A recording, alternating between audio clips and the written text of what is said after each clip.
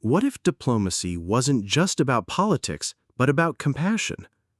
What if the Vatican wasn't just a center of faith, but a force for peace in a broken world?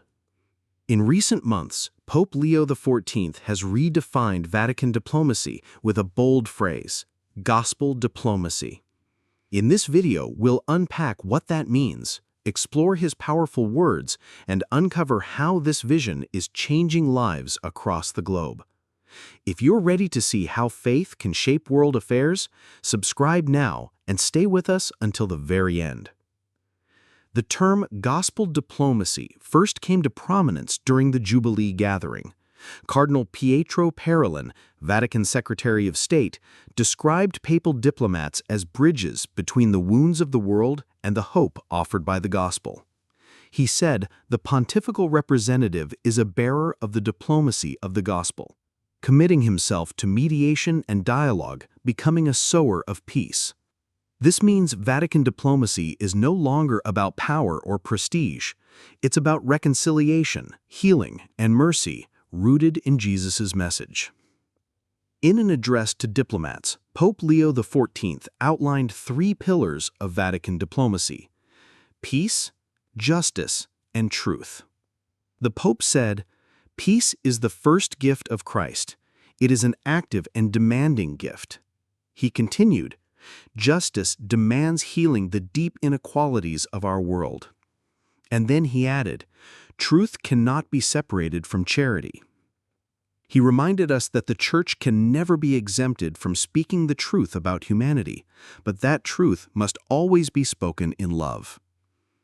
These are not just concepts, they form the backbone of a new diplomatic mission, one that acts with courage, humility, and gospel conviction.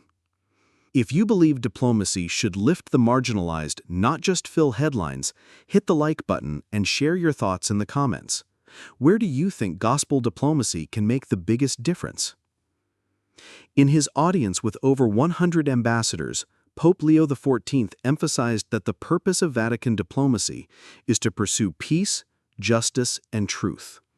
He highlighted the role of the family as a foundational institution for peace, saying, "Governments must invest in the family. It is a small but genuine society." In Verona, during the Arena of Peace, the Pope declared, "If you want peace, prepare institutions of peace. Fraternity must be recovered, loved, and experienced." And speaking about the Middle East, he shared a moment of hope. "They are now friends and work with one another," referring to Israelis and Palestinians who had once been enemies. Speaking to diplomats, the Pope urged every nuncio to be a man of reconciliation.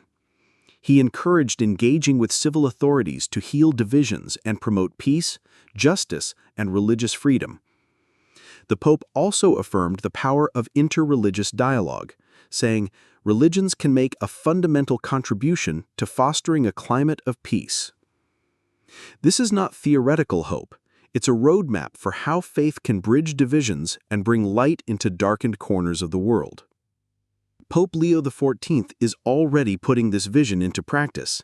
He appointed the first Chinese bishop under the Vatican-China Agreement, fostering a delicate yet important bridge. He's opened doors for peace in the Middle East and Ukraine, offering the Vatican as a neutral space for potential negotiations. He stated during his inaugural Mass, "The Church is a small leaven of unity in a broken world." And in a private meeting with Ukraine's Greek Catholic leader, he pledged the Vatican's help for prisoner exchange and urged perseverance from Eastern Catholics. Let's bring this closer. The Pope, born in Chicago, a former missionary and teacher, lives this mission daily. In a heartfelt message during a White Sox baseball game, he said, "Be beacons of hope. Find healing through God's love and serve others." This is a pope who doesn't just speak of gospel diplomacy, he embodies it. He describes his diplomatic model as shaped by the Good Shepherd, not by domination, not by superiority, but by presence, by compassion.